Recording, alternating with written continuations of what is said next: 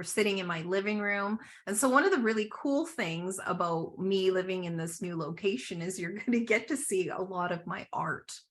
And that's one of the things that I would say that just really is, it's so delicious for me. I love art, and I love people being at the highest frequency that they're here to be. And so, you know, if you're an artist, if you're a creator, if you have your own podcast, if you have your own broadcast, if you're like coaching and training, you know, if you're a lawyer, if you're an accountant, if you're a naturopathic doctor, physician, like you getting to be you at the highest frequency of what it is that you came here to be and do is something that, God, it just turns all my lights on, you know, for you to live audaciously.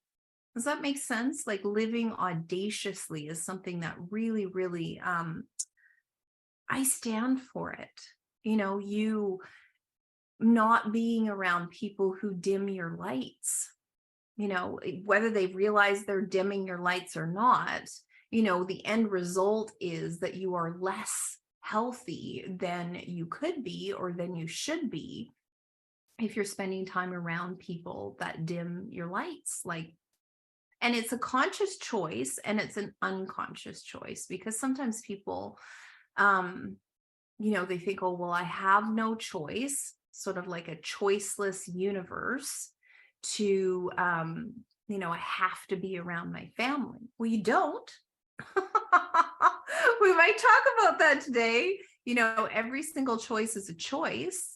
You know, when you put yourself into the choiceless universe of having to be around your family or having to be around the people who are in your inner circle, well, you actively get to choose who is in your inner circle. I'm going to say that again. You actively get to choose who is in your inner circle.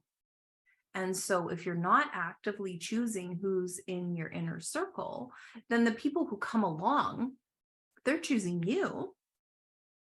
But, you know, what energies are they bringing? Are they bringing in sort of a vampiric energy where you feel them like coming at you with their fangs?